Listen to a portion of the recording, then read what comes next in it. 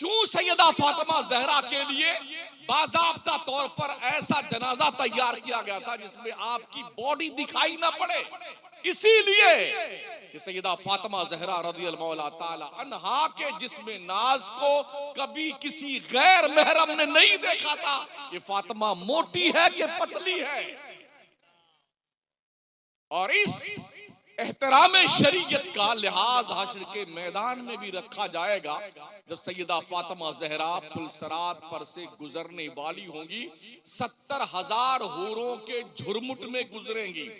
मनादी निदा करेगा, अहले मैशर नजरे झुका लो, बिन्ते मुस्तफा फातिमा जहरा पुलसरात से गुजरने वाली है।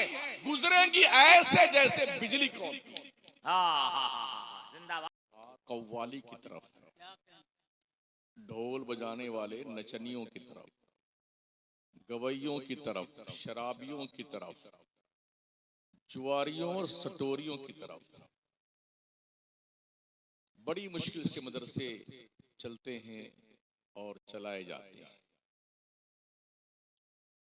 हमारी कौम का जवान दौलतमंद अपनी दौलत और अपनी गाड़ी कमाई को उन डाकुओं और लुटेरों पे खर्च करता है जो कौम की नाव को डुबोने में कोई कसर नहीं रखते।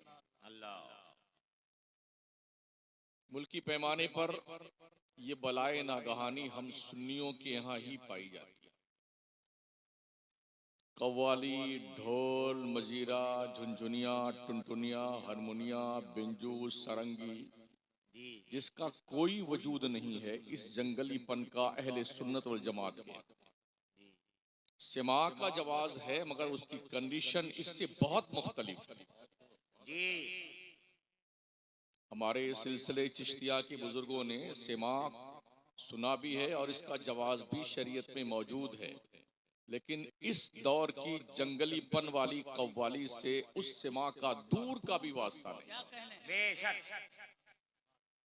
आज की कव्वालियां, ढोल बाजे, ये जहनी अय्याशियों की आमाजगाह है। जब दिल नहीं भरता तो जोड़ की कव्वाली करवाई जाती है। इससे भी दिल नहीं भरता तो एक जोड़ा मर्द का होता है, एक जोड़ा औरत का होता है। मतलब ये डबल कव्वाली ऐसी होती है और वो बेहया औरत पूरी पूरी रात उस कव्वाल मर्द को अपना शौहर बनाती रहती है और बेगैरत मर्द पूरी रात उस औरत को अपनी बेगम बनाता रहता है और हमारी बेहया बेगैरत कौम सामने बैठ के नोट लुटाती है। जब कौमों की गैरतें इस तरह मर जाए ना तो डंडे तो पड़ने चाहिए ना। ये जो जूते लग रहे हैं ना ऐसे नहीं लग रहे हैं।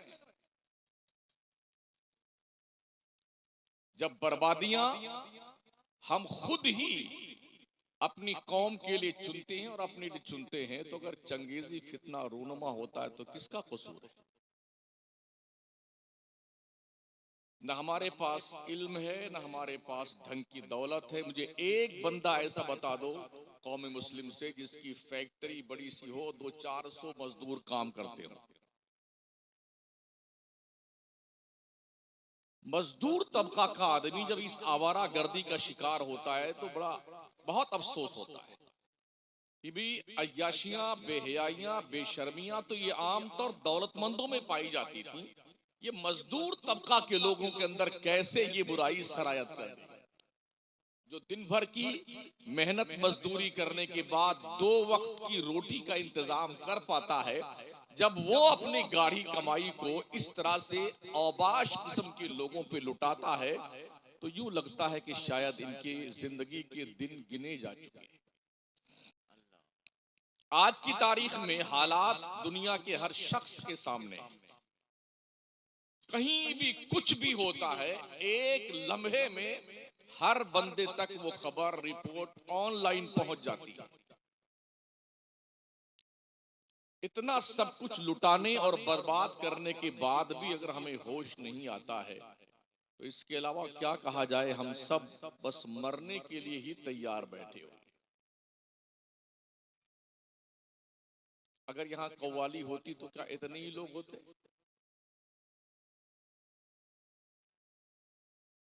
भाई सब जगह नहीं मिलती है। हाँ, और कुछ जिम्मेदार लोग होते हैं उसमें जिनको थोड़ा नेता टाइप या ठीक ठाक कहे जाते हैं, उनकी कुर्सियां अलग लगती हैं, तो वो अपना नाम भी पुकार करके कहते हैं हमारा नाम ये है, इस नाम से। तो वो जब लेडीज कव्वाला या कव्वाल उसका नाम लेते हैं ना बड़े शुक्रिया के साथ में, तो उस पागल का पगलायापन देखिए कितना खुश होता है वो।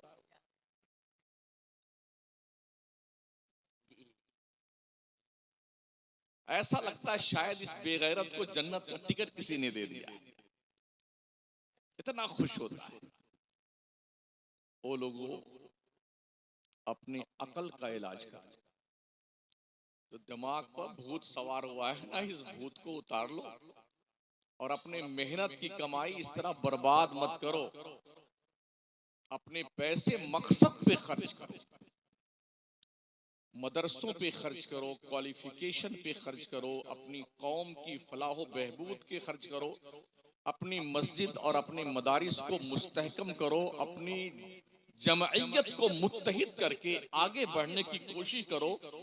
दौर बड़ा नाजुक चल रहा है, कैसे हम हालात के नबर्द आजमा माहौल से गुजर सकते हैं। बिल्कुल कंडीशन ऐसी है जैसे 32 दांतों के बीच में जबान है, वैसे आज आप हैं। इस जबान को बाहर भी निकलना है, अंदर भी जाना है, बोलना भी है, आह वाह भी करना है, और दांतों के जख्म से बचना भी है। ऐसे ही आपको हिंदुस्तान में भी रहना है, जख्मों से बचना भी है, अपने मामलात का ध्यान भी रखना है, कौमी और मिल्ली फलाह के लिए काम भी करना है, अपने बच्चों के भविष्य को रोशन करने के लिए मैक्सिमम मेहनत करना है, मुआशरे की बुराइयों को खत्म करने के लिए तगो दो करना है, खुदा के घर को सजदों से आबाद करना है और अपने घर को इस्लामी मुआशरे की शक्ल में तश्कील देना है। इतनी सारी जिम्मेदारियां इस ढंग से अदा करनी है आपको कि आपकी जबान भी बाकी रहे और दांत आपको जख्मी न कर सके। ख्वाब अच्छे देखा करो, बड़े देखा करो। जब बड़े ख्वाब देखेंगे तब तो वहां तक पहुंचने की कोशिश करेंगे। या अल्लाह 56 करोड़ की चौथाई दे दे। अरे पगला पूरा ही मांग लेना, ये चौथाई क्यों मांगता है? ये दुनिया का सेठ है जो ज्यादा मांग लेने से नाराज होता है। मेरा रब बादशाह आजम है, कोई बंदा नहीं मांगता है तो रब नाराज होता है। क्या बात है, मांग अपने रब से। ये मत देख तुझसे मांगता है उसकी कैपेसिटी क्या है, कोई और छोर नहीं है जी, उसके खजाने में कोई कमी नहीं होती है। जिस तरह से समंदर से पानी डोल भर के निकाल लिया जाए तो पता नहीं चलता है, ये भी तमसील उसकी शान के लायक नहीं। वाह वाह वाह जी, अल्लाह इतने बड़े खजानों का मालिक है जिसका इहाता नहीं किया जा सकता है, और सबसे ज्यादा वही देता है। और उसने खुद फरमाया उदऊनी अस्तजिब लकुम, मेरे बंदो तुम मुझसे मांगो तो सही, मैं तुम्हारी दुआएं कबूल करने को तैयार। जो अल्लाह अपनी तरफ से अपने बंदों को इनवाइट करता हो कि मुझसे मांगो, फिर क्यों नहीं मांगते? या वाह इसके यहाँ उसके यहाँ। इतनी बात तो अकबर जैसा शायर भी समझ गया था। वो लिखता है खुदा से मांग जो कुछ मांगना है ऐ अकबर, यही वो दर है जहां आबरू नहीं जाती। वाह वाह वाह वाह वाह वाह। किसी के सामने नहीं, चुपके से अंधेरे में अकेले में दहलीज़े रब पर सर झुका दो और आंसुओं के चंद कतरे गिरा के रब की रहमत को आवाज तो दो।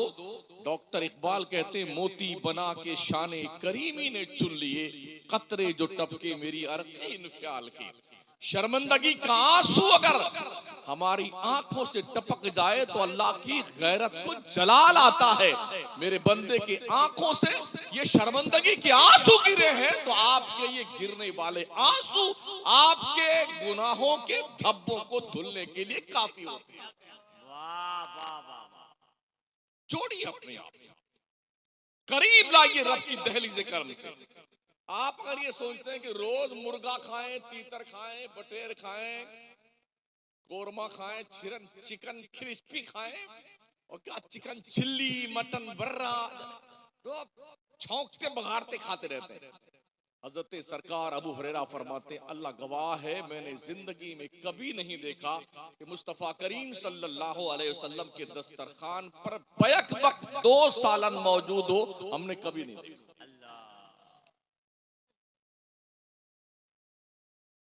आज हमारे माशाअल्लाह देखिए तो गिन गिन करके थक जाइए।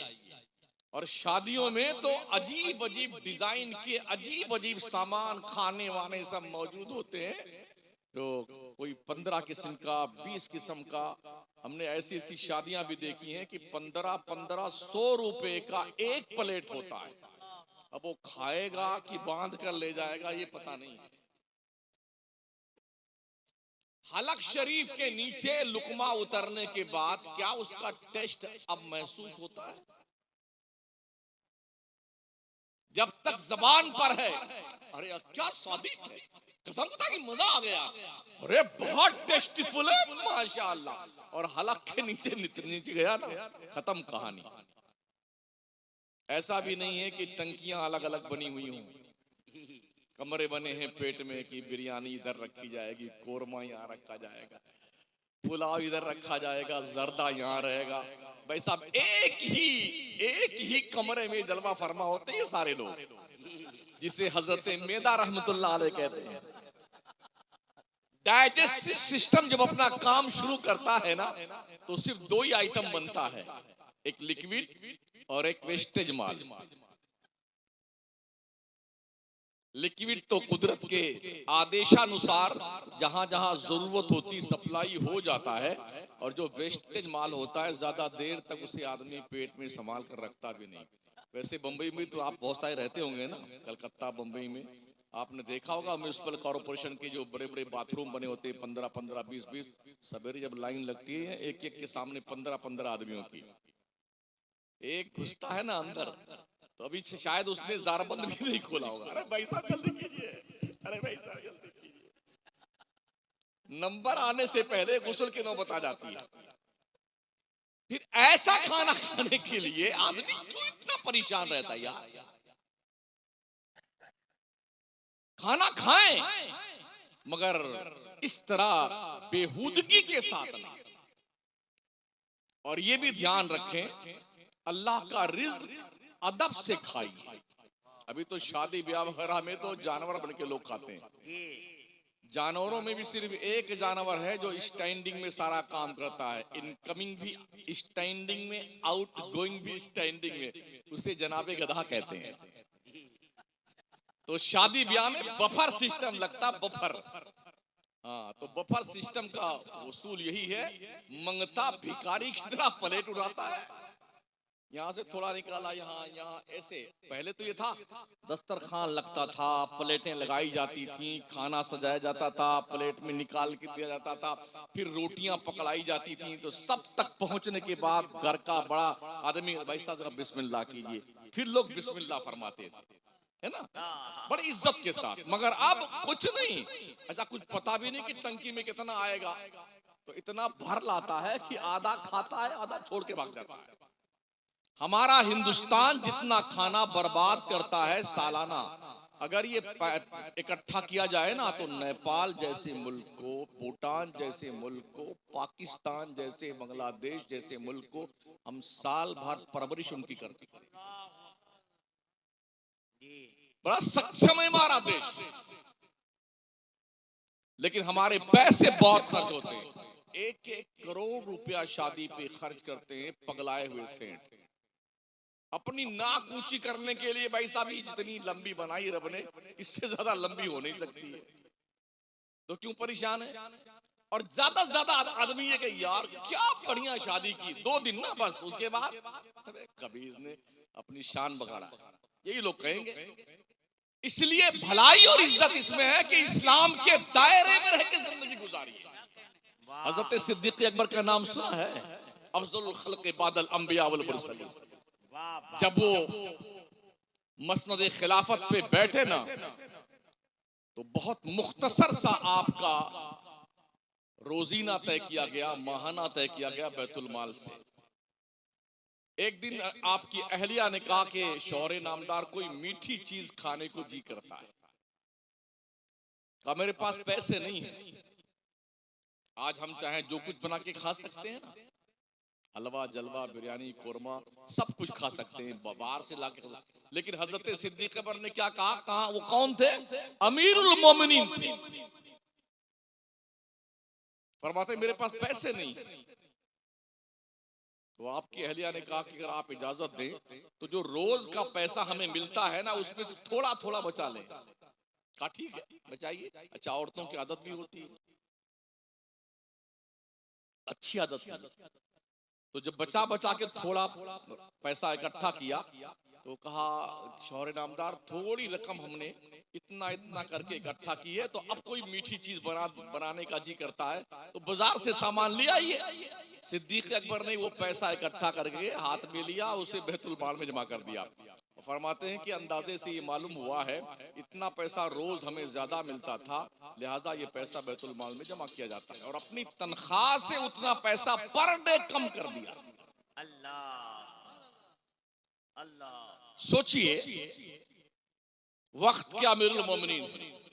एक प्रधान जी बन जाते हैं ना तो 7 नस्लें खाती हैं मौज से, और एमएलए एमपी बन जाए तो पूछो ही मत साहब। और ये अमीरुल मोमिनीन है, जानाशीर मुस्तफा है, अफजलुल खल्क़ बादल अंबिया वल मुरसलीन है। उनकी कंडीशन ये है, और खुदा का खौफ इस कदर गालिब है, कहते काश मेरी माँ मुझे पैदा न करती, मैं अपने अल्लाह को जवाब क्या दूंगा। काश में बकरी का बच्चा होता, लोग ज़िबा करके मुझे खा जाते, मैं रब को जवाब क्या दूंगा। काश में तिनका होता, हवा उड़ा ले जाती, रब को जवाब क्या दूंगा। ये वो लोग हैं जिनकी नेकियां आसमान के सितारों से कहीं ज्यादा है, इहाते में नहीं आ सकती हैं। ये वो लोग हैं जो खुदा से खाइफ हैं, लर्जा और तरसा है, जिनके पास VVIP का जन्नत का टिकट कन्फर्म मौजूद है। ये वो लोग हैं अल्लाह से डरने का, रात रात भर रोते हैं। कभी हमारी आंखें पसीजती हैं अल्लाह के डर से, कभी हम भी खौफ खाते हैं। हमारी मस्जिदें खाली हैं, हमारे नौजवान बच्चे आवारा गर्दी का शिकार हैं, हमारा मुआशरा इतना परागंदा और बुरा हो चुका है, जिधर नजर उठाइए सिर्फ बुराई ही दिखती है। आज कोई भी तंजीम, कोई भी जिम्मेदार इस मामले में कदम आगे बढ़ाने को डर के मारे तैयार नहीं कि लोग हमारे ऊपर अटैक कर रहे हैं। औबाश किस्म के लोगों ने मुआशरा इतना गंदा बना दिया है कि अब उस मुआशरे से बदबू तक पैदा होने लगी। इसलिए बहुत जरूरत है, अगर अपने आप को इज्जत के साथ जिंदा रखना चाहते हैं तो ढंग से शरीयत मुस्तफिया का बाज़ाब्ता तौर पर पैरोकार बनकर के जिंदगी गुजारने की कोशिश कीजिए। आज भी हो जो बड़ा हिंसा ईमा पैदा, आग कर सकती है अंदाजे गुलिस्तां पैदा। हमने जब से रब से डरना छोड़ दिया है ना, तो दुनिया के कीड़े मकोड़ों से हम डरने लग गए, अपनी परछाई से हम डरने लग गए। और कभी वो दौर था मुस्तफा के गुलामों ने सूखी रोटियां खा खा करके कैसर और किसरा की ईंट से ईंट बजा दी। वो दौर भी दुनिया ने देखा है, जिनके कपड़ों में पेवंद लगे होते थे, तलवारें टूटी थी उनकी। रुस्तम ने अपने जर्नैलों से पूछा था, आखिर क्या बात है, मुसलमान अपने मुल्क से इतनी दूर चल के आया है फिर भी नहीं डरता है, फतेह पे फतेह हासिल करता जाता है। हम अपने मुल्क में हैं, रसद का इंतजाम है, असलहे से लेस है, हमारी फौज शिकस्त क्यों खा रही है। जानते हो क्या जवाब दिया था जर्नैलों ने? कहा जनाब अगर हमें जान की अमान दी जाए तो अर्ज करें। कहा फरमाइए जान की अमान दी जाती है। कहा बादशाह कमांडर इन चीफ साहब ऐसा है मुसलमान दिन में घोड़े पे सवार रहता है, रात में मुसल्ले पे सवार होता है। और हमारे फौजी दिन में घोड़े पे सवार रहते हैं, रात में शराब पीते हैं और अय्याशियां करते हैं। इसलिए हम शिकस्त खाते जाते हैं। दिन में मुसलमान फतेह याब होता था, रात भर रोता था, ऐ रब ये शिकस्त फतेह जो दी है ये तूने दी है, तेरा करम है, तेरी मेहरबानी है कि तूने मेरे जरिए से दीन का काम लिया। रात भर रो रो करके अल्लाह को और बनाया करता था मुसलमान। आज जो कुछ है वो हम में हम मरे जा रहे हैं। हैसियत कुछ नहीं है, मगर फिर भी दावा यह कि मुझ जैसा कोई नहीं। थोड़ा पैसा आता है तो पगलाना शुरू करता मुसलमान, और ऐसा पगलाता है, घर का अंदाज बदल जाता है, खाने पीने का अंदाज बदल जाता है, बोलने चालने का अंदाज, चलने फिरने का अंदाज बदल जाता है। यूं लगता है कि इस पूरे गांव में ये अलग किस्म और अलग क्वालिटी का इंसान है। हम भी बम्बई रहे हैं करीब 10-15 साल गुजारे हमने वहां भी। तो जितने कमाने जाते हैं ना हमारे बिहार के, यूपी के, झारखंड के, लौटते हैं ना, 8 लाठी लेके आते हैं, 5 छतरी लाएंगे, वो पानी का डब्बा भर लाएंगे, 1 कन्फर्म टिकट होता है, 5 वेटिंग लिस्ट वाले होते हैं उसके साथ में। हाँ, और ऐसे भर जाएंगे बकरी और भेड़ की तरह कि घुसने में परेशानी होती। कोई आदमी आकर के अपनी सीट पे बैठे, बाथरूम में भी पूरा बिछा करके आराम से बैठते हैं संडास में। अब कहां जाओगे? ये रोज रूटीन में चलने की बात मैं कर रहा हूं। क्या हो गया? आप साउथ इंडिया में जाइए, सफर कीजिए ना, सीट टू सीट आदमी बैठता ट्रेन में। टीटी की हिम्मत नहीं है कि वो 150 रुपया लेकर के जो है किसी को इसमें एडमिशन दे दे। अभी मैंने नादिर जमाली साहब से कहा मुझे वहां जाना है गढ़वा, तो इंटरसिटी जाती है। बोले हाँ, यहाँ तो 500 रुपया दे दिए, टीटी पट जाता है और ऐसे ही उठा के ले जाता। अच्छा, मुझे पटाना नहीं आता था, और मुश्किल है। हमने कहा भाई साहब टिकट निकाल दीजिए, इन्होंने टिकट निकाल के भेजा था तरफ से। तो ये हालात हमारे हैं। लोग इस तरह काम करते हैं। सिस्टमैटिक जिंदगी जीने की सलाह इस्लाम देता है। आप ढंग से जिंदगी जिए ना, दायरे में रह के जिंदगी गुजारिए ना, और एक बाप और माँ की तरफ से सबसे बड़ा तोहफा उसकी औलाद के लिए तालीम और तरबियत। अभी एक बंदे ने, किसी ने ऐलान किया था यूनिवर्सिटी बनाने के लिए, कोई नौजवान लौंडा है, हाँ, पर हेड मुझे 100 रुपए चाहिए, 7 दिन के अंदर 7 करोड़ रुपए इकट्ठा कर लिए कॉलेज बनाने के लिए। अल्लाह, 7 दिन के अंदर। और दूसरी कंपनी का इसलिए हम नाम नहीं ले रहे हैं जी। 7 करोड़ रुपए किसे कहते हैं?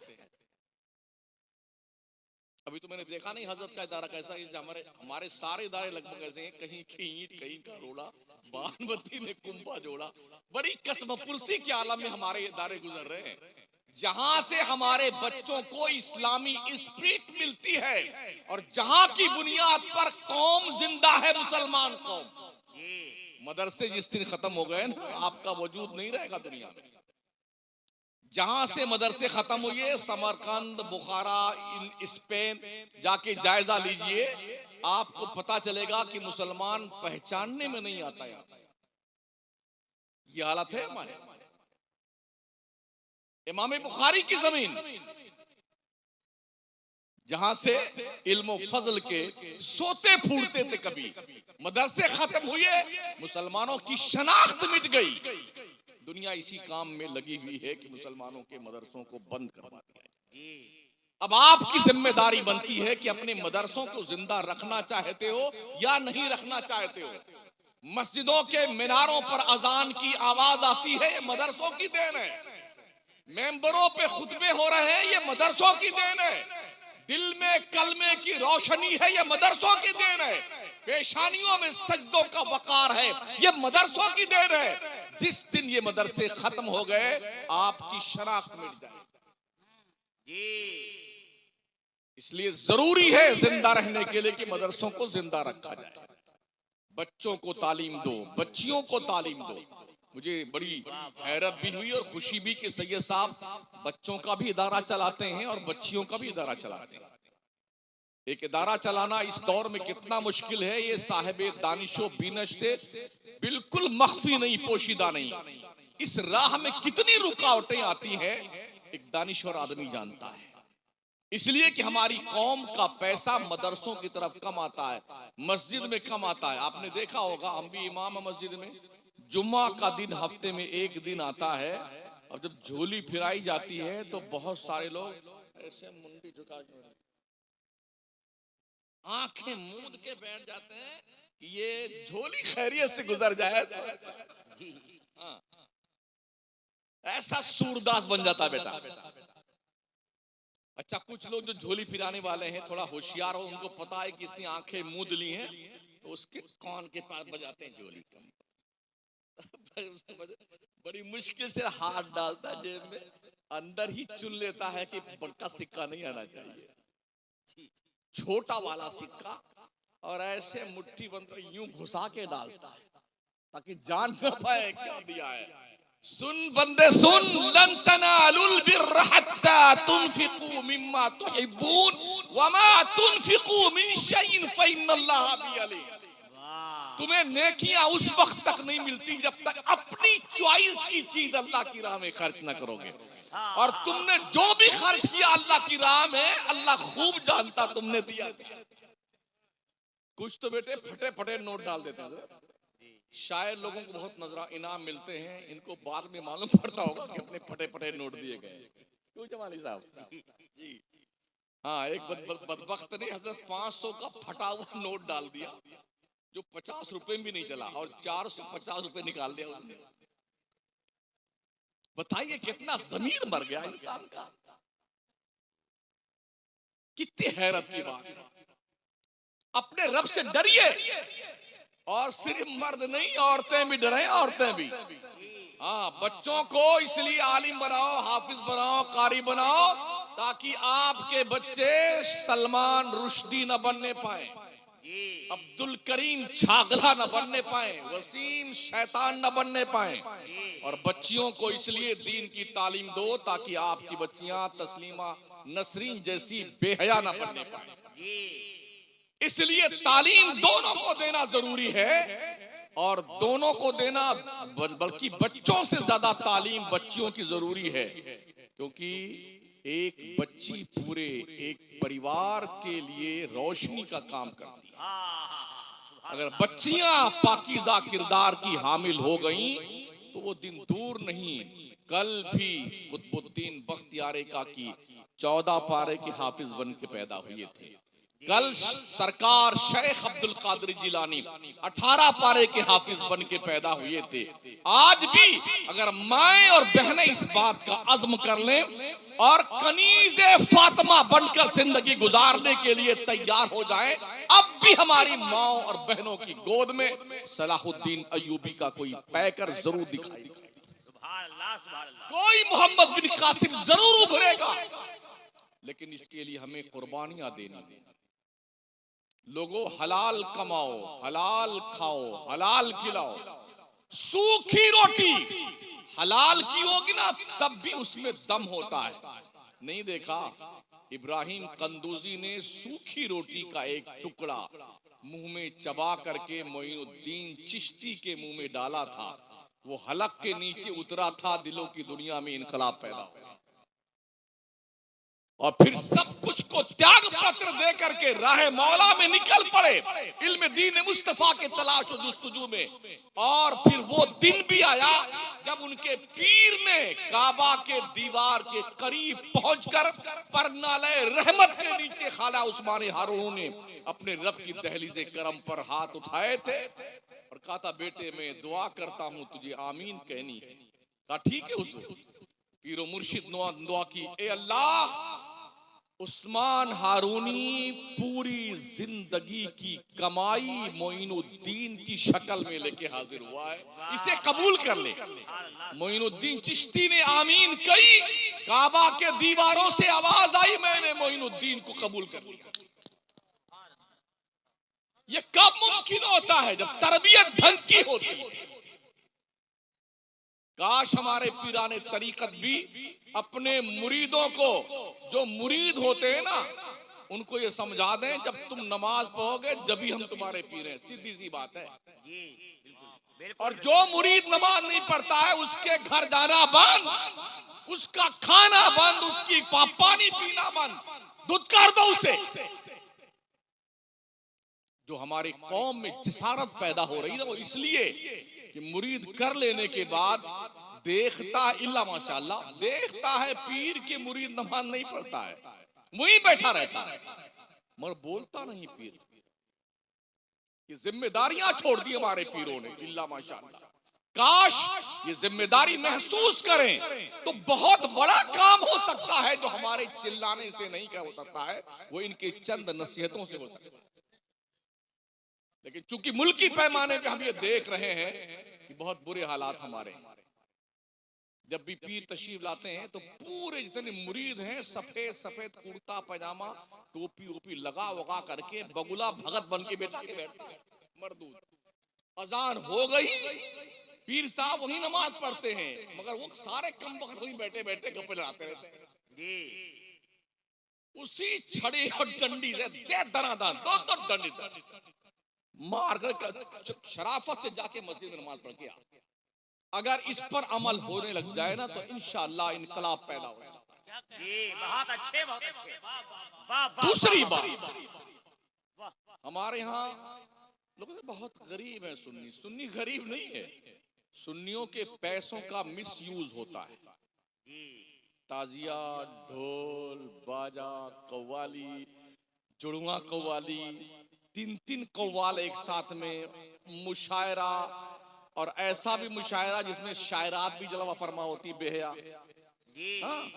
और फिर वो जब अनाउंसर साहब अनाउंसरी फरमाते हैं तो कहते हैं, अरे ये आपकी बहन ही है, इनको समझिए, बहन समझिए। यानी किस तरह जमीर मर गया है कौम मुस्लिम का कि हमारी बच्चियां, हमारी माएं, हमारी बहनें शायरा बन करके मेंबर पर आकर के अपनी बेहयाई का प्रूफ देती हैं और समझती हैं कि हमने बड़ा कमाल का काम कर दिया है। अगर औरतों का बाहर रहना कमाल की बात होती तो सबसे पहला काम मेरे मुस्तफा की शहजादियां भी बाहर निकलती। मगर जिनकी शान ये है, जिनका चेहरा न देखा मोह मेहर ने, उस रिदाए नुजाहत पे लाखों सलाम। क्यों रात में जनाजा उठाया गया था सैयदा फातिमा ज़हरा?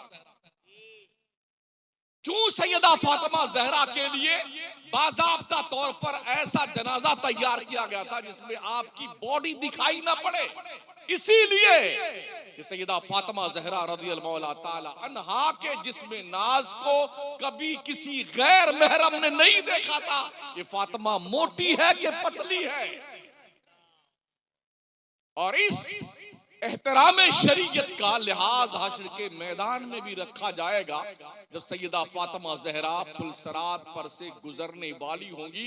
70,000 हूरों के झुरमुट में गुजरेंगी।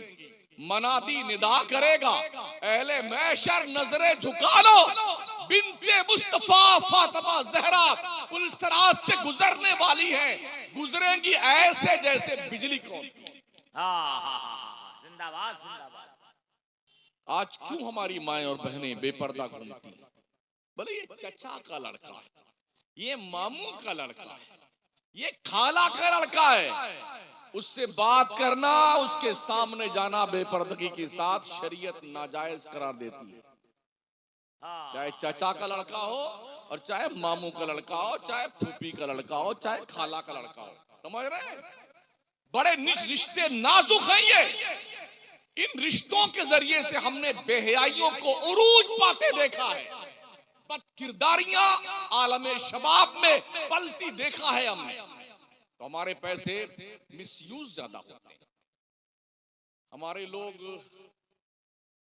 पान, पूड़ी, बीड़ी, सिगरेट, अगर इसका ही हिसाब लगाया जाए ना तो डेली का कम से कम नहीं तो 100 रुपए का तो पान पूड़ी खा जाता। लॉकडाउन में हजरत, लॉकडाउन में भी लोगों ने किट जो है हासिल किए, मंगतों ने 4-5 जगह के लिए, तो उसमें फखरिया बयान करते थे, आज हमने 45 पूड़ियां खाई हैं। अब विमल और क्या क्या नाम है उसमें, अस्माए गिरामी उनके हैं, मुझे याद भी नहीं है। हाँ, पर आज हमने 45 खाया। बंबई में चौपाटी के इलाके में 1500 रुपए का पान मिलता है। कुछ पगलों को हमने कहते सुना, आज हमने 4 पान खाया है। 15 को 4 से गुणा कीजिए, कितने बनते हैं? 6000 रुपए का आदमी शौकिया पान खा जाता है। कितने ऐसे पान खोर देखे हैं कि पूरा उगलदान बने रहते हैं, हरदम उनका धोपड़ा शरीफ भरा रहता पान से। एक खाली अभी खत्म नहीं हुआ, दूसरा फिर ठूस लिया, फिर ठूस लिया, फिर ठूस लिया।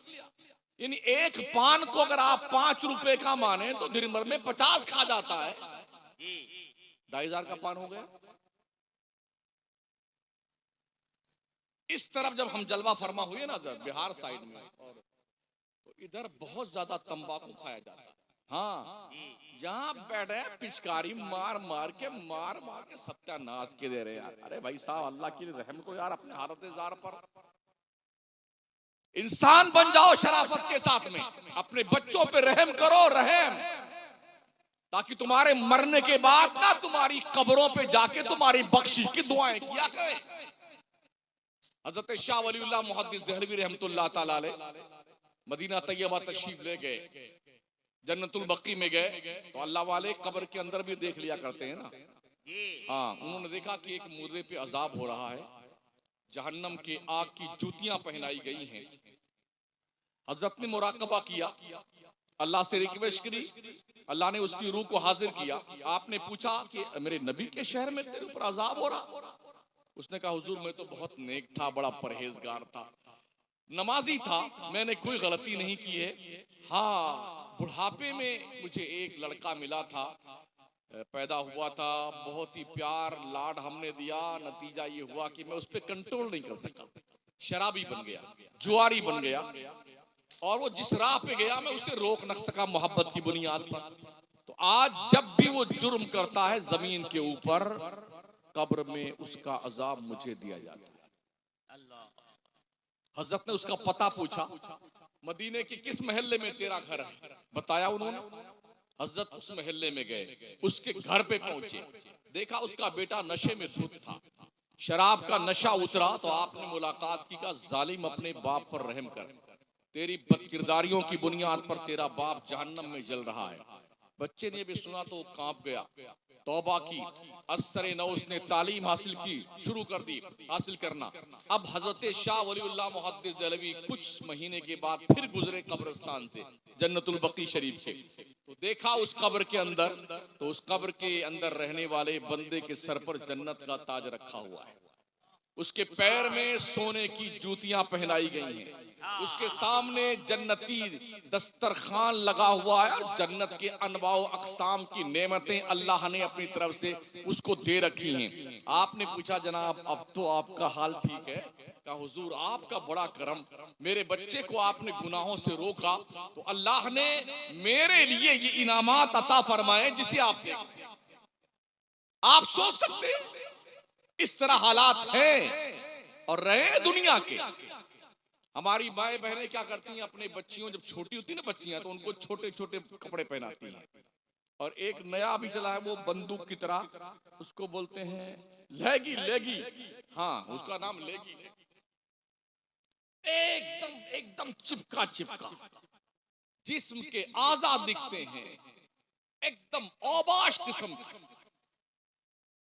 जबकि इसका पहनना जायज नहीं है। लेगी मेगी पहनना ये जायज नहीं है, टॉपर पहनना ये जायज नहीं है। इसलिए कपड़े ऐसे पहनाओ जिस कपड़े को पहनने के बाद कम अज कम पर्दे का एहतराम तो बाकी रहे। माओ बहनों, हमने ये भी देखा कि एक साहब घर में जाना हुआ तो उन्होंने कहा हज़रत मेरी कनीज फातिमा है ना, ये कम से कम नहीं तो 15 गाने इसको दबा नहीं याद। और हमारे जो शहजादे हैं मोहम्मद कासिम जो है ना, और ये तो बहुत ज्यादा माइंडेड है। हमने कहा अच्छा इनको कलमा भी याद है? नहीं वो तो नहीं याद। और जबानी वो गाने सुनाती है। कितना फख्र है हमारी कौम के लोगों को, हमारी माँ और बहनों को। बच्चियां गाने गाने लगे तो माएं खुश होती हैं, बाप खुश होता है। बच्चे गाने गाएं तो बाप खुश होता है। उसी वक्त 2 थप्पड़ लगाओ खींच करके और उसे बताओ गाने नहीं, नबी की नात पढ़ना शुरू करो, अल्लाह की हम्द पढ़ना शुरू करो। रात के उस वक्त में आपकी दहलीज़ समात पर बैठा हूं जब तकरीर खाई जाती है, तो थोड़ी देर के लिए भी खा लीजिए तकरीर। प्यारे आका सल्लल्लाहु अलैहि वसल्लम के प्यारे दीवानों, हजरत रसूल गिरामी वक़ार के चाहने वालों, जिंदगी में बदलाव लाओ, तब्दीली पैदा करो। माँ बहनों, बच्चों की तरबियत ढंग से करो। एक शख्स था जिसको जज ने फैसला दे दिया कि फांसी की सजा सुना दी उसने। जज ने पूछा कोई आखिरी ख्वाहिश है? कहा हाँ एक आखिरी ख्वाहिश है, मैं अपनी माँ से मिलना चाहता हूँ। उसकी माँ को बुलाया गया, माँ आई तो कहा माँ थोड़ा और करीब आ जा। माँ करीब गई, कहा थोड़ा और करीब आ जा, और करीब गई। कहा माँ तेरे कान में मैं कुछ कहना चाहता हूँ। जब माँ ने कान अपने बेटे के मुंह के सामने किया तो बेटे ने पूरा मुंह खोला और पूरा कान मुंह में भर के दबा के काट के खा गया। जोर से चीख करके खून निकलने लगा, पूरा हाल जो है हर्रा उठा। जज ने भी डांटा, बदतमीज ये क्या काम किया? कहा जज साहब इस वक्त मैं अपनी माँ को यही सजा दे सकता था जो मैंने दे दी। अगर मेरी माँ मेरी नसीहत करती, मुझे मारती, मुझे डांटती, गलत काम से रोकती, तो मैं इतना बड़ा चोर और डाकू नहीं बनता। मेरी माँ ने मुझे बढ़ावा दिया, मुझे मना नहीं किया। मैं इस फांसी के फंदे पे जो पहुंच चुका हूं, इसमें सारा कसूर मेरी माँ का। तो चूंकि मैं अब कत्ल किया जाने वाला हूं, इससे ज्यादा सजा मैं माँ को नहीं दे सकता।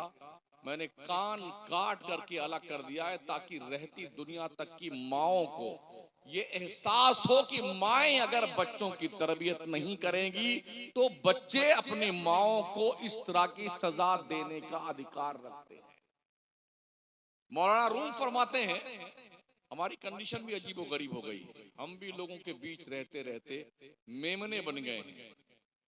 वो फरमाते हैं कि एक गड़रिये ने, बकरी चराने वाले ने एक शेर के बच्चे को बचपन में ही पकड़ लिया और उसने उस बच्चे को बकरियों की रेवड़ में डाल दिया। तो जैसे बकरियां में करती नहीं, वैसे वो भी में करने की कोशिश करता। चलता रहा, उसी बकरियों के बीच में जवान हुआ, वो एकदम तंदुरुस्त तगड़ा हो गया। उसकी खुराक को देता रहा उसे। एक दिन पानी पिलाने के लिए झील के किनारे पूरी बकरियों का रेवड़ लेके गया गड़रिया। ये शेर भी था उसी में, ये भी पानी पीने के लिए इसने मुंह डाला। अपोजिट साइड में इसी की बिरादरी का एक शेर बबर खड़ा हुआ था। उसने उधर से देखा, यार ये हमारी कंपनी का आदमी बकरियों के बीच में खड़ा हुआ है। तो उसने वहीं से दहाड़ा जोर से इसने देखा, फिर पानी में देखा, यार हमारी शक्ल तो बकरियों से मिलती जुलती नहीं है। फिर उसकी शक्ल से अपनी शक्ल का कंपेयर किया तो शेर ने अपनी जुबान में कहा, तू शेर होकर के ये बकरियों के बीच में क्या करता है? उसने एहसास दिलाया अपनी बिरादरी के कैंडिडेट को तुम शेर हो, बकरी नहीं हो बकरी। जब उसका एहसास जिंदा हुआ, एक झपट्टे में 2 बकरियों को दबोचा और लेके रवाना हो गया। हमारा भी एहसास मर गया है कहीं ना कहीं। हम भूल गए मैदाने बद्र के 313 मुजाहिदीन की औलाद हम भूल गए हमारे आबो अजदाद का किरदार क्या था। हम भूल गए जिसने ये कहा था, ऐ आबरूद गंगा वो दिन है याद तुझको, उतरा तेरे किनारे जब कारवां हमारा, तौहीद की अमानत सीनों में है हमारे, आशा नहीं मिटाना नामो निशा हमारा।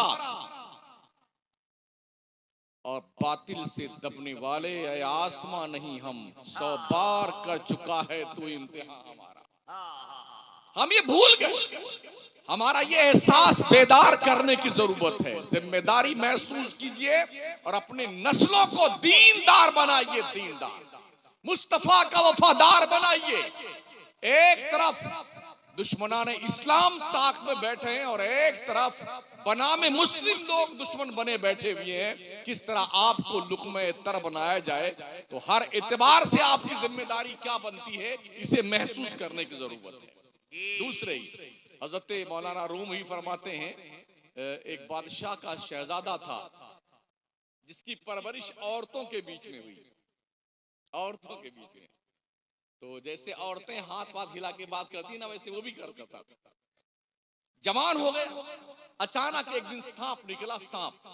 तो औरतों ने चिल्ला कर, अरे किसी मर्द को बुलाओ, सांप निकला, किसी मर्द को बुलाओ। तो वो शहजादा भी क्यों बोलता, हाँ हाँ किसी मर्द को बुलाओ, सांप निकला, सांप। तो किसी औरत ने, अरे भाई आप भी मर्द हैं, आप ही जरा हिम्मत कर। तो क्या मैं मर्द हूँ? अच्छा तो लाठी लाओ, लाठी लाओ। एहसास दिलाने की जरूरत है कि आप मर्द हैं। एहसास हमारा मुर्दा हो गया है, जिंदा कीजिए, बेदार हो जाए। जुमलों पर थोड़ी एहतियात इसलिए बरती जा रही है कि हमारे ये यूट्यूब वाले जो है ना, ये पता नहीं कहां कहां से काट करके लाता कर वो सलात बयान कर देते हैं, वहां तुम सुखाना छोड़ देते हैं और जिसकी सजा लोग भुगत रहे हैं। तो आपसे भी बड़े अदब से अर्ज है, थोड़ा ढंग से आप लोग काम कर रहे हैं, इससे ये तबलीग का जरिया भी है, ये इससे दीन का काम हो रहा है। तो कम से कम ऐसा मुस्बत मैसेज दीजिए कि बोलने वालों को दिक्कत का सामना ना हो, आपका भी भला हो और दीन का भी भला। अज़ीज़ाने मोहतरम, मैं अर्ज करूंगा आपसे कि ठंडी तो लगती होगी आपको भी, नहीं लगती है? हाँ माशाल्लाह, ये कोड भी बता रहा है कि हमको भी ठंडी लग रही है ना।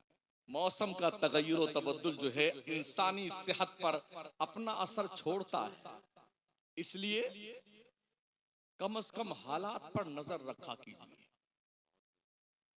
गली कूचे में ध्यान रखा करें, कोई अजनबी आदमी आपके महल्ले में, आपके कूचे में, आपकी गली में आ तो नहीं गया है जो आपके हुर्मत पर, आपकी इज्जत पर अटैक करने का इरादा रखता हो। नौजवानों, दोस्ती करना है तो दोस्ती सिर्फ ओनली मुस्लिम से कीजिए। हाँ, सिर्फ मुसलमान से दोस्ती कीजिए। और यूं हमारा पूरा मुल्क भारत है, कश्मीर से लेकर कन्याकुमारी तक पूरा भारत एक है। इसके एक एक सेंटीमीटर जमीन की हिफाजत करना मुसलमानों को आता है। और हमारी जितनी कुर्बानियां, किसी के बाप की इतनी कुर्बानियां नहीं इस देश की आजादी में। हाँ, और खासकर उलमाए अहले सुन्नत की रिकॉर्ड पूरा रखा हुआ है पूरे देश में और हर इंसान जानता है। इसलिए जरूरत इस बात की है कि आप अपने मुआशरे को बचा कैसे सकते हैं, वो तदाबीर अमल में लाएं। कोशिश कीजिए, एक टाइम खाइए। हजरत रफीक मिल्लत फरमाते हैं ना, आधी रोटी खाओ, बच्चों को पढ़ाओ। वैसे माशाल्लाह बिहार पढ़ता बहुत है, ठीक है सर, हम भी पढ़ते रहते हैं कि जितने आईएएस अफसर हैं, आईपीएस अफसर ज्यादातर बिहार से ही मुंतखब होके जाते हैं। अगर उलमा को देख ले तो बड़े काबिल उलमा भी हैं, मगर इस तालीम का फायदा जमीन पर क्यों नहीं दिखता, मुझे इस पर हैरत है। हाँ, हजरत ने फरमाया पढ़ के चले जाते हैं, शायद इसलिए इसका फायदा जमीन पर नहीं दिखता है। अपनी तालीम का कुछ हिस्सा हमें अपने इलाके में भी इस्तेमाल करने की जरूरत है, ताकि हमारा मुआशरा पाक साफ हो, ग्रेजुएट हो, क्वालिफाइड हो।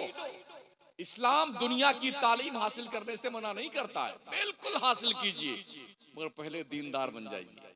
अपना मजहब सीख लीजिए, जायज क्या है, नाजायज क्या है, हलाल क्या है, हराम क्या है, ये पहले सीख लीजिए, उसके बाद आगे बढ़िए ना, क्या दिक्कत आती है। कोशिश कीजिए अपने दारुल उलूम के साथ साथ अपने स्कूल बनाइए, अपने कॉलेज बनाइए जहां आपकी बच्चियां हिजाब के साथ दुनिया की तालीम हासिल करके दुनिया की कौमों को आंखों में आंखें डाल करके अपनी सलाहियत मनवा सकें। बेशक लेकिन जिस कौम के यहाँ मदरसे ही कसम पुरसी के आलम में चल रहे हो, वो कौम स्कूल क्या बनाएगी? क्या बनाएगी वो कौम स्कूल? अगर एक एक रुपया हर घर से, हर फर्द की तरफ से मदरसे में दिया जाए तो मैं समझता हूं ये बहुत ज्यादा होता है, बहुत ज्यादा होता है। एक एक रुपया, 100 रुपए का ऐलान करके अगर 7 करोड़ रुपए 7 दिन में इकट्ठा हो सकते हैं तो 17 करोड़ मुसलमानों की आबादी अगर मानी जाए भारत में, जो रिकॉर्ड है, तो पर हेड 1 रुपया अगर निकाला जाए तो 17 करोड़ रुपए पर डे हमारे निकलेंगे। और 17 करोड़ रुपए में हम हर साल 2-2, 3-3 यूनिवर्सिटी बना सकते हैं। बेशक उर्स कीजिए, मगर बस जिस तारीख में हजरत का इंतकाल हुआ उस तारीख में उतने बजे ईसाले सबाब की महफिल कर लीजिए। और जिस पीर को आप मानते हैं, जिस पीर से आप मुरीद हैं, जिस पीर का उर्स करते हैं, उसी पीर के नाम कॉलेज बना दो, उसी पीर के नाम यूनिवर्सिटी बना दो, उसी पीर के नाम हॉस्पिटल बना दो, उसी पीर के नाम इंस्टीट्यूट बना दो। और ट्यूशन पढ़ने के लिए मुस्लिम महल्लों में कुछ ऐसी जगह मुख्तस की जाए जहां हमारे बच्चे और हमारी बच्चियां बाज़ाब्ता तौर पर इस्लामी पैराए में रह करके ट्यूशन के जरिए से अपनी तालीम में इजाफा कर सकें, तरक्की कर सकें और दुनिया की कौमों से कांधा मिलाकर नहीं, उनसे आगे बढ़ करके अपनी सलाहियत का लोहा मनवाएं। ये कब मुमकिन होगा? जब हम मेहनत करेंगे, कोशिश करेंगे। तो आका के दीवानों, कोशिश कीजिए। और ये अल्लाह चाहेगा तो सब ठीक हो जाएगा। जब तक आप नहीं चाहेंगे तो अल्लाह भी कुछ ठीक नहीं करने वाला है। जी, अल्लाह ने फरमाया ना, इन्नल्लाह ला युगय्यिरु मा बिक़ौमिन हत्ता युगय्यिरु मा बिअनफुसिहिम। बेशक अल्लाह उस कौम की हालत नहीं बदलता है जो कौम अपनी हालत बदलना नहीं चाहता। आप चाहेंगे अल्लाह हालत बदल देगा। अल्लाह चाहे तो पूरी दुनिया मुसलमान हो जाए। और ये भी ध्यान रखें, अगर पूरी दुनिया काफिर हो जाए अल्लाह का कुछ बिगड़ने वाला नहीं है। और पूरी दुनिया मुसलमान बन जाए अल्लाह का कुछ फायदा नहीं होने वाला है। मेरा रब वो है, अल्लाहुस समद, उसकी शान है। मेरा रब बेनियाज है, बेनियाज। तुम सब मांगते हो, या अय्युहन्नास अंतुमुल फुकराओ इलल्लाह, तुम सब के सब अल्लाह के दरबार के भिखारी हो। और भिखारी को यह जेब नहीं देता है कि सीना तान कर चले, अपनी औकात पहचाने। हम वो हैं। कभी एक दौर ऐसा भी गुजरा है कि हम कोई काबिल कदर चीज भी नहीं थे। हल अता अलल इंसान हीनुम मिनद दहरी लम यकुन शयअन मज़कूरा। एक दौर ऐसा गुजरा है हमारे ऊपर, हम कोई काबिल जिक्र चीज नहीं थे, नापाक कतरा थे। लेकिन जब ये नापाक कतरा वजूद इंसानी में तब्दील हुआ तो ये फख्रे मलाइका बन गया। फख्रे मलाइका। वाह वाह वाह वाह। हजरत आदम को सजदा इल्म की बुनियाद पर किया गया था, इबादत की बुनियाद पर नहीं। वअल्लम आदम अल अस्मा कुल्लहा सुम्मा अरदहुम अलल मलाइका फक़ाल अंबिऊनी बिअस्माइ हाउला इन कुंतुम सादिकीन। इस बेस पर आदम को फरिश्तों से सजदा करवाया। अल्लाह ने आपके सर पे बुजुर्गी का ताज रखा, बड़ा खूबसूरत पैदा किया है हमें और आपको। लक़द खलक़नल इंसान फी अहसन तक़वीम। अल्लाह कहता है, ओ इंसान, हमने तुझे सारी कौमों से ज्यादा खूबसूरत पैदा किया। यकीन नहीं आता तो शीशा सामने रखिए, अपने रुखे ज़ेबा की ज़ियारत फरमाएं और एक गधे को देखें, आप ठीक हैं कि गधा ठीक है। अपने आप को देखें और कुत्ते को देखें, आप ठीक हैं कि कुत्ता ठीक है। इस पर अल्लाह का करम, आप हूरों से ज्यादा खूबसूरत हैं, गिलमान से ज्यादा आप खूबसूरत हैं, फरिश्तों से ज्यादा आप खूबसूरत हैं, परियों से ज्यादा आप खूबसूरत हैं। किरदार इतना बदसूरत क्यों आपका है? इस पर रब का करम अलग से। और वलक़द करमना बनी आदम, ओ आदम की औलादो, हमने तुझे बुजुर्गी का ताज पहनाया। बुजुर्गी का ताज अल्लाह ने दिया है। अल्लाह की सबसे सुपीरियर प्राणी जो है ना, जो अल्लाह ने पैदा किया, वो हजरत इंसान है। सबसे ताकतवर जंतु कौन है? बोले शेर। दहाड़ता, चंघाड़ता, फाड़ता। हाथी एक पूंछ मार दे तो 2-3 मर जाए, एक लात मार दे तो कचुमुन निकल आए इंसान का। चीता, ऊंट, लेकिन इंसान इन सबसे ज्यादा ताकतवर है। ये अपने औकात पे आया ना तो शेर को भी नकेल डाल के सर्कस में नचाता है, नहीं नचाता है? हाथी के मुंडी पे बैठ कर यूं कचोके लगाता, जिधर घुमाता है वो घूमती रहती है। हथनी और हाथी। ताकतवर कौन है? इंसान। इसलिए कि इंसान को अल्लाह ने हवा से खमसा अता फरमाया। बासरा, सामिया, शामा, जायका, लामसा। मजीद अल्लाह का करम, ये सोर्स ऑफ नॉलेज है, ये ज्ञान के स्रोत है, ये सोर्स ऑफ नॉलेज। हम इसी के जरिए से जानते हैं कि क्या है क्या नहीं है। और इन सब में सुपीरियर है हमारी अकल। अल्लाह ने सबसे पहले अकल को पैदा किया। अव्वल मा खलक़ल्लाहुल अक़ल, अल्लाह ने सबसे पहले अक्ल को पैदा किया। ये भी हदीस शरीफ है। अव्वल मा खलक़ल्लाहु नूरी, अल्लाह ने सबसे पहले अपने नूर को पैदा किया, वो नूर मुस्तफा है। और जो अक्ल है वो भी नूर ही है ना, अक्ल भी नूर है, हमारे नबी भी नूर हैं। तो जिस अक्ल को अल्लाह ने सबसे पहले पैदा किया वो नूर मुस्तफा के अलावा कोई और हो सकता है? तो अल्लाह ने सबसे पहले अक्ल को पैदा किया, हमारे मुस्तफा करीम को पैदा किया। तो कम से कम साथियों, दोस्तों, बुजुर्गों, अपनी अक्ल से कुछ काम लो। हम पूरे मुल्क में जाते हैं, अक्सर जलसों में, प्रोग्राम में आधा जलसा होता है, आधा सर्कस होता है। इतने बड़े बड़े पराठे की दुकान लगी हुई है, झूले की दुकान लगी हुई है, वो बड़का वाला झूला चल रहा है, वो मौत वाला कुआं है, सब क्या लगा रखा भाई साहब। ये जंगलीपन कब से हमने शुरू कर दिया? आधी पब्लिक यहाँ, बल्कि आधी से कम पब्लिक जलसे में, बकिया पब्लिक वहां। कुछ इलाके में गए हजरत, वहां तो एक और झूला चला है, उस पर कूदते हैं सब। नकाब पहन पहन के हमारी मुहतरमाएं कूद रही थी उसमें हजरत। हाँ, उस झुलवा पे कूद रही हूँ, उछल उछल, मतलब एक बार कूदती थी तो खुद ही कूदाता था वो। हाँ, वो देखा मैंने कुछ इलाकों में। और कोई गुब्बारा टाइप बहुत बड़ा यूं होता है, अंडलूम जैसा, उसको भी देखिए पूरा हुजूम वहीं लगा हुआ है। गोया के दुनिया ने ये तय कर रखा है कि इस कौम को सुधरने नहीं देना है, इस कौम को राह रास्त पे नहीं आने देना है। इस तरह नहीं तो इस तरह इसको घुमा दो। ये जलसा किया गया, इसमें पैसे खर्च हुए हैं ना,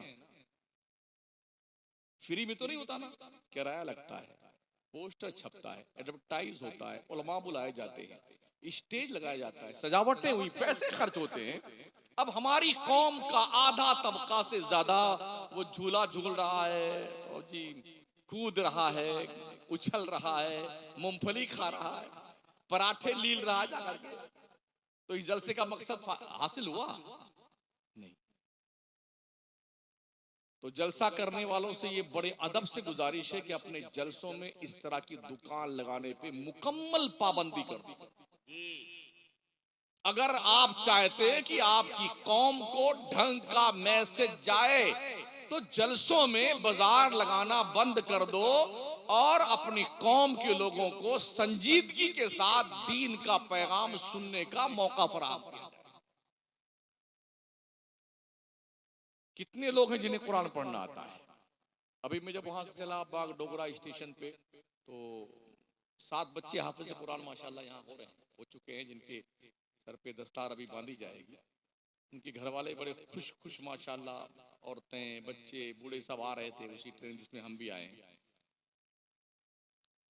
खुशी का मौका है। कितने हाफिज, कारी, मौलाना, जब हाफिज जी बने तब दुल्हा बनते हैं, कारी साहब बने तब दुल्हा बनते हैं, मौलाना साहब बने तब दुल्हा बनते हैं, और फिर जब शादी होती तब दुल्हा बनते हैं। कितने ऐसे मनहूस हैं, एक को मरता नहीं। है कि नहीं? हाँ, बहुत खुशकिस्मत है हाफिज साहब, मौलाना साहब, कारी साहब, हाँ, दुल्हे पे दुल्हा, दुल्हा पे दुल्हा बनता है। और ये तो दीन के दूल्हा है, दीन के। याद रखना साथियों, याद रखना, अगर मौलाना हाफिज कारी न रहे तो बिगड़ जनाजे के दफनाए जाओगे। हाँ, ये ध्यान रखना। अभी लॉकडाउन गुजरा है ना, कितने लोग गए, ऐसे ही गए बगैर जनाजे के। दो किस्म का आया था कोरोना, एक खतरनाक था, एक थोड़ा मतलब शांतिपूर्वक था। तो ऐसा था कि वो पकड़ के लाया गया एक बाद वालों को, तो जनाजा पढ़ाने के लिए। हमारे मोहल्ले में एक साहब इंतकाल फरमा गए, तो कहा हजरत जनाजा पढ़ा दी। चलिए भाई साहब, गाड़ी लाके मेरे आगे खड़ी कर दी गई, उसी में उसको लिटाया था बेचारे को। आगे ड्राइवर बैठा हुआ है, दो पुलिस वाले गन मशीन ले खड़े हुए हैं। हमने कहा ड्राइवर साहब उतर जाओ वरना तुम्हारी भी पढ़ा दूंगा। जल्दी से भगा बेटा उतर करके, बहुत जोर से निकल के भागा। जेसीबी लाके कब्र खोदी जाती है, उसी से उठा के उसमें डाल, स्वाहा, जाइए, कोई मिट्टी नहीं दिया। अक्सर बगैर जनाजे के गए, बगैर मिट्टी दिए गए। ऐसा भी हुआ है, शमसुद्दीन गए थे अपने अब्बा की डेड बॉडी लाने के लिए, गंगाराम को दे दिया गया। और गंगाराम गए थे अपने बाप की डेड बॉडी लाने के लिए, कमरुद्दीन को पकड़ा दिया गया, ले जाओ। ये भी देखा। उलमा की कदर और कीमत समझो। उस पीरियड में भी आलिम मस्जिद में मौजूद था, जब 5 नमाजी की इजाजत थी कि 5 ही पढ़ेंगे नमाज। उस जमाने में हजरत लोग जंग करते, तुम्हारे बाप की मस्जिद है, हाँ तुम ही 5 पढ़ोगे, हम नहीं पढ़ेंगे। और जब लॉकडाउन खत्म हुआ, उन गधों का पता नहीं कहां गए जो जंग करने आए थे। इतना जोश में गालियां भी दे रहे इमाम को, लड़ने भी आ गए। कितने बेचारे इमामों को धक्के मार के मस्जिद से निकाल दिया गया। और कमेटी वालों ने इतनी बदतमीजी करी, पैसा ही नहीं दिया उनका, तनख्वाहें नहीं दी। ये हालात है। तो ये चंद गुजारिशात हमने आपसे की हैं। समझ शरीफ के झरोखे से अगर कुछ अंदर उतरा है तो उसको संभाल लीजिएगा। माओ बहनों से गुजारिश है, 5 वक्त नमाज पढ़ो। जब आखिरी बात अर्ज कर रहा हूं, जब घर में बच्चा आंख खोले तो अपनी माँ को सजदे में देखे, अपने बाप को वजू करता देखे, अपनी बहन को कुरान पढ़ता देखे, अपने भाई को तैयारी सलात के लिए बेदार देखे। तो छोटा बच्चा इन 3 चीजों को देखेगा ना, तो उसके दिल में भी नमाज की मोहब्बत पैदा होगा। बच्चों के सामने घर में झगड़ा मत किया करो। शौहरों बीवियों, बच्चों के सामने घरों में झगड़े मत किया करो। ये बच्चा छोटा है, बहुत कुछ समझता है, वो बोल नहीं पाता है मगर समझता जरूर है। आपकी एक्टिविटीज को नोट करता है, नोटिस करता है वो। तो बच्चे झुंझलाहट का शिकार हो जाते हैं। ऐसे घरों में परवान चढ़ने वाले बच्चे लाओबाली बन जाते हैं। हर मुसलमान अपने घर में एक छोटी सी लाइब्रेरी जरूर बनाए। 50 किताबें रखो दीन की, छोटी सी लाइब्रेरी, ताकि पता चले मुसलमान का घर है। बच्चे भूल करके भी किताब उठाएं, कुछ तो पढ़ेंगे। घर में एक हिस्से में आप 2 चंद मुसल्ला रख दो, ताकि बच्चे समझे ये मुसल्ला किस काम के लिए है, और मुसलमान का घर लगे कि मुसलमान का घर है। ये वो चीजें हैं जो बोल कर नहीं, दिखा करके ही बच्चों के दिल दिमाग पर छाप छोड़ा जा सकता है। इसका एहतमाम कीजिए। भले ही 50 किताब 25 किताब हो आपके दीनियात की, फजाइल की, नमाज की, रोजे की, ये घर में होना चाहिए। ठीक है ना? हिंदी पढ़ो, इसका इनकार नहीं। इंग्लिश पढ़ो, इसका इनकार नहीं। और पहले कुरान पढ़ो, दीन पढ़ लो। जामिया असगरिया नौमानिया को बामे उरूज पर लाने के लिए आपको सतर्क रहने की जरूरत है और अपनी तरफ से आपको ताउन पेश करने की जरूरत है। अहद कर लो कि आधी रोटी खाएंगे, बच्चों को पढ़ाएंगे। अज़्म मुसम्मम कर लो। जो रोजाना सोने चांदी से बुझा हुआ पानी पीते हैं ना, मैंने सुना है बड़े खरबपति हिंदुस्तान के 2 नंबर के मालदार, उनकी बेगम साहिबा सोने का बुझाया हुआ पानी पीती है। 4-4 लाख की एक बिसलरी की बोतल होती है। एक प्लेयर साहब हैं क्रिकेट के, उनका सुना मैंने 2 लाख की एक बोतल होती है जिसका पानी पीते हैं वो बिसलरी की। क्या ये मरेंगे नहीं? अरे मरेंगे नहीं मरेंगे? कोई चटनी रोटी खाता है उसे भी मरना है, और कोई सोने के बुझाया हुआ पानी पीता है, चांदी का वर्क रोज खाता है, उस बदबख्त को भी मरना है। एक बुजुर्ग फरमाते हैं कि हमारी जिंदगी और बादशाह की जिंदगी में सिर्फ एक दिन का फर्क है। का वो कैसे? तो फरमाते हैं कि जो कल गुजर गया उसका गम बादशाह को भी है और हमको भी है।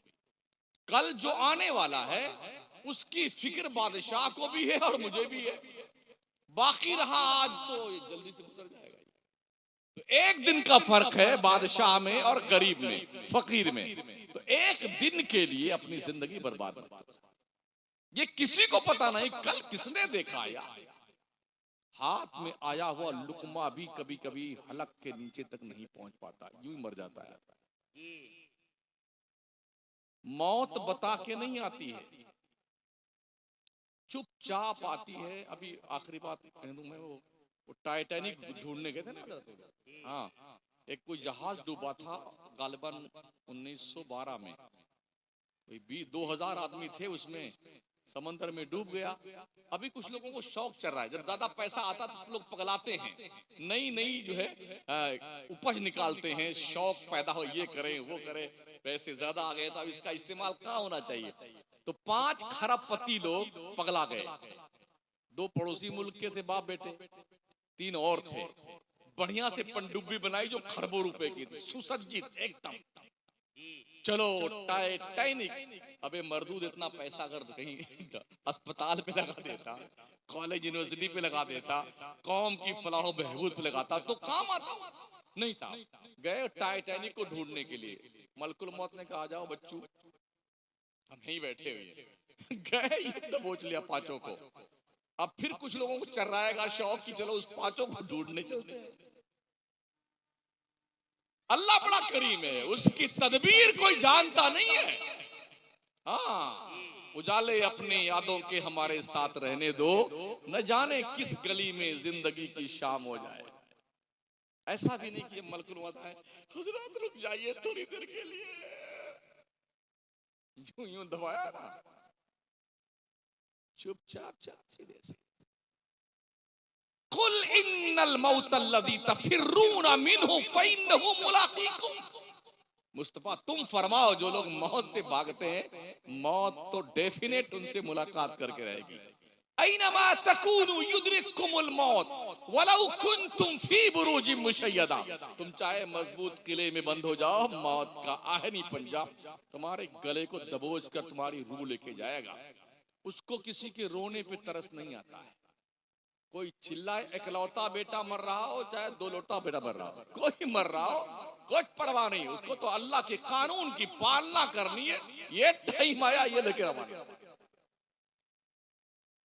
कहीं ऐसा ना हो कल फजर की अजान के बाद मुअज्जिन साहब ऐलान करें, इस गांव का नाम क्या है? कमलपुर के लोगों, बहुत अफसोस के साथ आपको इत्तला दी जाती है, फलाने साहब जो रात में जलसे में तशरीफ फरमा थे, अचानक जब वो सोए तो उनका ट्रांसफर हो गया। इन्ना लिल्लाहि व इन्ना इलैहि राजिऊन। जनाब के जनाजे की नमाज 2:30 बजे कब्रिस्तान कहीं पढ़ाई जाएगी। हो सकता है आप हों या मैं हूं, ठीक है ना। अभी लोग रातों में बहुत ट्रांसफर हो रहे हैं, ठीक सोए थे हो गए। पहले तो हम बचपन में देखे बहुत देर तक लोग मरते थे, 6-6 महीने एड़ियां रगड़ रगड़ के, कितने कपड़े फट गए। बेचारी औरतें चुप्पे चुप्पे, अल्लाह बुढ़वा जल्दी मर जाए, या अल्लाह मखाना धोते धोते थक गई, या अल्लाह जल्दी मर जाए। रहीमन बिपता हो भली जो थोड़े दिन होए, हित अनहित या जगत में जान परत सब कोय। 2-4 दिन 10-15 दिन महीना भर कोई बीमार है, भाई जनाब कैसे हैं, भाई साहब कैसे हैं, मौलाना कादरी साहब कैसे हैं आप, तबीयत शरीफ कैसी है आपकी, अल्लाह आपको ठीक है जल्दी से। अगर 6 महीना हो गया अब कोई नहीं आएगा, यार बहुत दिन से बीमार पड़ा है कादरी साहब, या अल्लाह जल्दी उठा ले इसको, या अल्लाह जल्दी उठा। कौन सी दुश्मनी होगी भाई साहब, जल्दी उठा ले के दुआ मांग रहे हैं, सारे दुआ मांग रहे हैं, या अल्लाह जल्दी उठा ले, या अल्लाह जल्दी उठा ले। अल्लाह भी जो है ना बंदे को दिखाता, देख ये तेरी बीवी है ना, ये तेरे बच्चे, ये तेरा खानदान, ये तेरे सारे रिश्तेदार, देख तेरे मरने की दुआ मांगते। जब बंदा हर तरफ से मायूस होता है तो अल्लाह फरिश्ते को भेजा, फरिश्ते दुनिया मेरे बंदे का साथ छोड़ सकती है, मैं अपने बंदे को कैसे छोड़ूं, जा मेरे बंदे को वापस मेरे पास लिया। फिर फरिश्ते अजल आता है और बंदे को वापस लेके जाता है अल्लाह की तरफ। जब पूरी दुनिया नकार देती है ना, उस वक्त भी अल्लाह अपने बंदे से प्यार करता है, 70 माओं से ज्यादा प्यार करता अल्लाह अपने बंदे से। अल्लाह फरमाता मा यफ़अलुल्लाहु बिअज़ाबिकुम इन शकरतुम, अल्लाह तुम्हें अजाब देके क्या करेगा अगर तुम अल्लाह की शुक्राना अदा करने लग जाओ, अल्लाह की नेमतों का शुक्रिया अदा करो, अल्लाह तुम्हें अजाब देके क्या करेगा। कितना प्यार भरा जुमला अल्लाह का, मा यफ़अलुल्लाहु बिअज़ाबिकुम इन शकरतुम, अल्लाह तुम्हें अजाब देके क्या करेगा। अल्लाह तुम्हें अजाब नहीं देना चाहता, तुम अजाब मोल क्यों लेते हो, ये सोचने का विषय है। 5 वक्ता नमाज पढ़िए, झूठ मत बोलिए, बेईमानी मत कीजिए, चुगली मत कीजिए, गीबत मत कीजिए, निगाहों को आवारा मत होने दीजिए, बुरी सोच से परहेज कीजिए, किसी के हक पे डाके मत डालिए, पूरे तौर पर पूरे देश की हिफाजत के लिए अलबरदार रहिए, अपने मुल्क के दिफा में तैयारी बिल्कुल मुकम्मल रखें ताकि कोई दूसरा मुल्क हमारे मुल्क पर अटैक न कर सके। हम ये कुर्बानियां देने के लिए तैयार रहें, अपने मस्जिद को आबाद करें, अपने मदरसों को शाद रखें, बड़ों का अदब करें, छोटों से प्यार करें, उलमा मशाइख से मोहब्बत करें, उनके इज्जत व तकरीम में कोई कसर ना उठा रखें, और ये तलबा जिनके पैरों के नीचे फरिश्ते अपना पर बिछाते हैं, ये मेहमान रसूल है। हाँ, फरिश्ते इनकी खिदमत गुजारी करते हैं, यहां तक नबी ने फरमाया है मैदान जंग में मुजाहिद को तलवार देने से ज्यादा बेहतर है किसी पढ़ने वाले बच्चे को टूटा हुआ कलम देना। बस यही चंद गुजारिशात थी, कुछ कड़वी, कुछ खट्टी, कुछ मीठी, इसको एकदम बढ़िया से शरबत बना के पी जाइएगा, इंशाल्लाह ये माजून मुरक्कब आपकी सेहत के लिए फायदेमंद होगा। कल ये दुकान मोहब्बत इंशाल्लाह गढ़वा में लगेगी, तब तक के लिए मैं इजाजत चाहता हूँ। अल्लाह करीम उन माओं और बापों को बहुत ज़्यादा नेकियां अता फरमाए जिनके बच्चे आज दस्तारे हिफ्ज़ से सरफराज किए जा रहे हैं, और अल्लाह इन बच्चों को सिर्फ हाफिज नहीं पक्का आलिम दीन बनाए। कि सिर्फ हाफिज बन के रहना ये ठीक काम नहीं है। जब वो जनते नहीं अलहम्द की अलिफ पर जो है यानी हमजा पर ये जबर क्यों है और दाल के ऊपर पेश क्यों है, वो खुद नहीं जानता तो क्या बताएगा। इसलिए हाफिज जी लोगों सिर्फ हाफिज जी मत बनना, हाफिज जी के साथ मौलाना जी बनना जरूर, ताकि तुम्हें पता हो कि अल्लाह ने कुरान के 30 पारे में आपसे कहा क्या है। अस्तगफिरुल्लाह रब्बी मिन कुल्लि ज़ंबि व अतूबु इलैह, ला इलाहा इल्लल्लाह मुहम्मदुर रसूलुल्लाह व मा अलैना इल्लल बलागुल मुबीन।